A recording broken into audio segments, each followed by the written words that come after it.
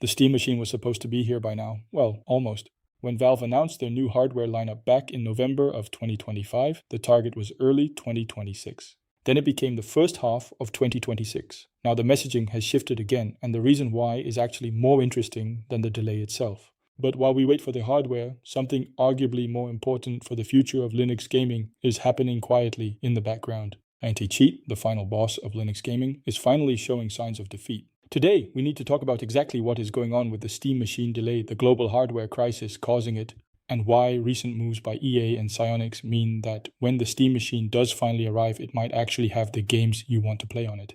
Let us start with the hardware situation. For those who might have missed the initial reveal, or for anyone confusing this with Valve's failed attempt from a decade ago, let us quickly recap what the modern Steam machine actually is. This is not a loosely defined set of specifications handed off to third-party manufacturers. This is a first-party small form factor PC designed and built by Valve, running SteamOS 3 right out of the box. Under the hood, it is packing a semi-custom AMD Zen 4 CPU with 6 cores and 12 threads, paired with an RDNA 3 GPU and 16GB of DDR5 memory. Valve claims this is enough to play the majority of Steam titles at 4K 60 frames per second using FSR upscaling. It is designed to sit in your living room or on your desk and bridge the gap between a traditional game console and a full desktop PC. When they announced it alongside the new Steam Frame headset and the redesigned Steam controller, the excitement was palpable. The Steam Deck had already proven that Valve could make compelling, reasonably priced hardware and that SteamOS was ready for the mainstream. The Steam machine felt like the natural next step. The promise was that we would get pricing and pre-order details early this year. But as the weeks ticked by in early 2026, that information never materialized. Instead, we got a series of increasingly cautious updates from Valve. First, they reiterated that their goal was still the first half of the year, but admitted they were struggling to lock down concrete pricing. Then, just a few days ago, things took a confusing turn. In their 2025 year-in-review blog post, Valve included a line that sent the community into a bit of a panic. They wrote, "We hope to ship in 2026, but as we shared recently, memory and storage shortages have created challenges for us." Hope to ship? That is a very different phrase than "we are shipping." It sounded like a quiet admission that the console might slip into 2027. The internet, predictably, reacted exactly how you would expect. Articles were written, Reddit threads exploded, and for a brief moment, it looked like the dream of a 2026 Steam machine was dead. But then, something happened that nobody in the gaming industry could have predicted. Valve actually clarified their statement. A PR representative reached out to the press to say that nothing had actually changed on their end, and they quickly updated the blog post to read, "We will be shipping all 3 products this year." So, the 2026 release window is still alive, but the underlying problem that caused this confusion in the first place is very real, and it is not going away anytime soon. It all comes down to a global shortage of the exact components Valve needs to build these machines. The reason your Steam machine is delayed, and the reason we still do not have an official price tag, comes down to one massive industry shift. Artificial intelligence, specifically the hyperscaling race among tech giants to build out massive AI data centers. These data centers require an astronomical amount of high-speed memory and fast solid-state storage. Companies are buying up RAM and NAND flash memory chips by the pallet load, creating a massive bottleneck in the global supply chain. This is not just a Valve problem. Even companies with the purchasing power of Apple are reportedly being forced to pay higher prices for memory right now. Nvidia confirmed in their recent earnings call that they do not expect this situation to improve anytime soon. For Valve, this creates a significant headache. The Steam machine needs 16 GB of fast DDR5 memory, and at least a 512GB NVMe SSD just for the base model. When the cost of those components skyrockets, the math behind the console's price tag fundamentally changes. Remember, Valve has stated they want the Steam machine to be priced like a PC, rather than heavily subsidizing the hardware like Sony or Microsoft do. With the PlayStation and Xbox, they are not planning to take a massive loss on every unit sold and make it back through Steam game sales. This means that when component costs go up, the retail price has to go up with it. We have already seen the impact of this shortage elsewhere in Valve's hardware ecosystem. If you have tried to buy a Steam Deck OLED recently, you might have noticed they have been mostly out of stock since mid-February. Valve explicitly confirmed that this is due to the exact same RAM crisis affecting the Steam machine. This brings us to the most concerning part of this delay, the price. Early speculation suggested the Steam machine might cost somewhere around the price of a PlayStation 5 Pro. But with the ongoing memory shortage, those estimates are looking increasingly optimistic. A recent leak from a retailer showed placeholder pricing that had the 1 terabyte model breaking the $1,000 barrier. If that turns out to be accurate, the Steam machine could end up being significantly more expensive than current generation consoles. Valve is clearly aware of this problem. In their updates, they have admitted that they have work to do to land on concrete pricing that they can confidently announce, noting how quickly circumstances around component costs are changing. They are likely trying to lock down long-term component contracts before they commit to a final retail price.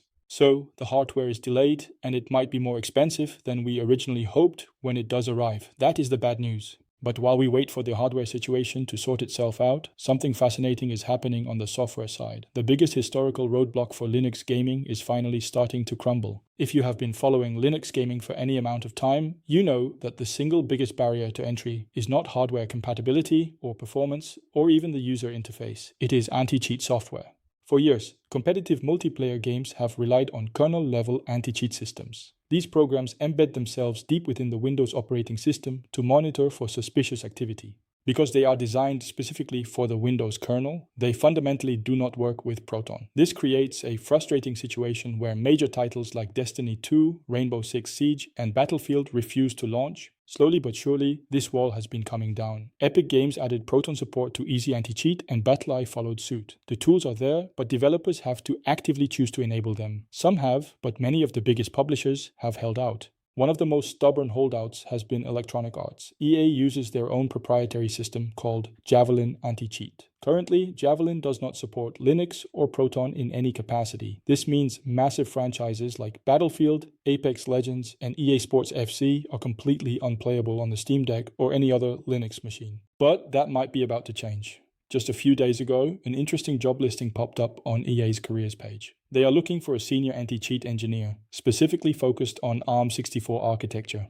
They want someone to join their secure product engineering and anti-cheat response team, or SPEAR for short. The primary focus of the role seems to be developing a native ARM64 driver for Windows on ARM devices, likely in anticipation of the new NVIDIA processors coming down the pipeline. But if you scroll down through the responsibilities, there is one line that caught the attention of the entire Linux gaming community. The listing explicitly asks the engineer to chart a path for EA Javelin anti-cheat to support additional OS and hardware in the future, such as Linux and Proton. Now, we need to be clear here. This is a job listing, not a feature announcement. It does not mean that Battlefield is suddenly going to work on your Steam Deck tomorrow. What it does mean, however, is that EA is actively looking into it. They recognize that Linux and Proton are no longer niche enthusiast platforms that they can simply ignore.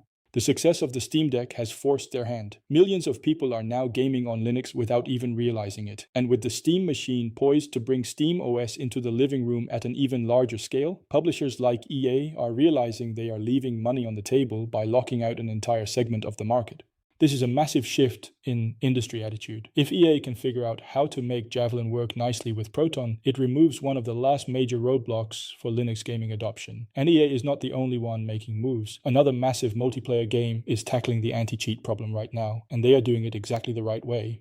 While EA is looking toward the future, Psyonix is dealing with anti-cheat right now. In February, they announced that Easy Anti-Cheat is coming to Rocket League during Season 22, which should drop sometime in April. When this news first broke, the Linux gaming community held its collective breath. Historically, when a game adds kernel-level anti-cheat long after release, it usually means Linux players are about to get permanently locked out. We have seen it happen time and time again. But Psyonix actually got out ahead of the panic. They explicitly confirmed that Linux operating systems, including the Steam Deck's native SteamOS, will still be supported with Easy Anti-Cheat enabled when running through compatibility layers like Proton. This is exactly how it should be done. Epic Games owns both Rocket League and Easy Anti-Cheat, and they have already built Proton support into the EAC toolkit. Psyonix simply chose to enable it. But they went a step further, and this is where things get really interesting for the modding community. Rocket League has a massive modding scene, primarily centered around a tool called Barkismod, which players use for custom training, displaying hidden matchmaking ratings and visual tweaks. Kernel-level anti-cheat and third-party mods usually do not mix, so Psyonix implemented a toggle system. Players on PC will have the option to launch Rocket League with Easy Anti-Cheat either on or off.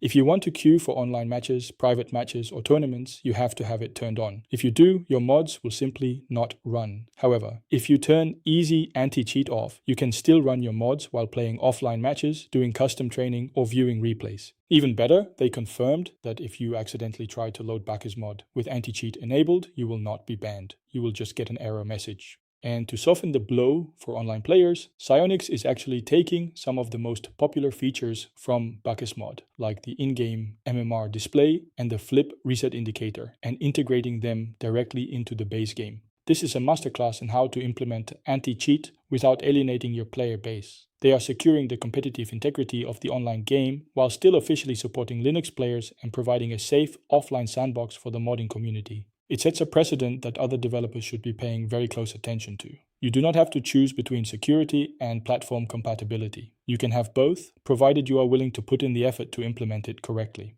And this is why the EA job listing and the Rocket League announcement are so closely tied to the future of the Steam machine. The hardware is only half the battle. If Valve wants to put a Steam machine in your living room, it has to be able to play the most popular games in the world without requiring you to dual boot Windows.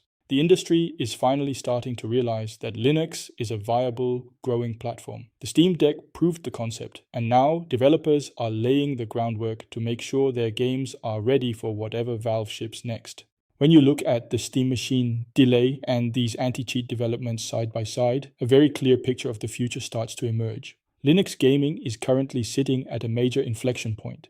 Yes, the hardware delay is frustrating, but in a strange way, this delay might actually be a blessing in disguise for the platform as a whole. If the Steam machine launched tomorrow, it would be an incredible piece of hardware, but you would still have to explain to a mainstream consumer why they cannot play Battlefield or Destiny 2 on it. You would still have to explain the intricacies of kernel-level anti-cheat and Proton compatibility. That is not how you sell a living room console. A console needs to just work. A box that sits under your television and competes directly with an Xbox or a PlayStation has to offer a frictionless experience. By the time the Steam machine actually ships, whether that is late 2026 or even 2027, the software landscape is going to look very different. Valve is playing the long game here. They are not just building a console, they are building an entire ecosystem. The Steam Deck was the proof of concept, SteamOS 3 was the software foundation, Proton is the translation layer, and the Steam machine is going to be the Trojan horse that finally brings Linux gaming into the mainstream living room. The pieces are all falling into place, it is just taking a little longer than we originally hoped. I will be keeping a very close eye on both the hardware pricing situation and any further developments from EA regarding their anti-cheat plans. As soon as we get concrete numbers from Valve, or if we see actual Proton support roll out for Javelin, I will make sure you are the first to know. If you found this breakdown helpful, make sure you are subscribed so you do not miss the next update. Let me know down in the comments what you think the final price of the Steam machine is actually going to be, and whether you think EA will actually follow through on supporting Linux. As always, thank you so much for watching, and I will see you in the next one.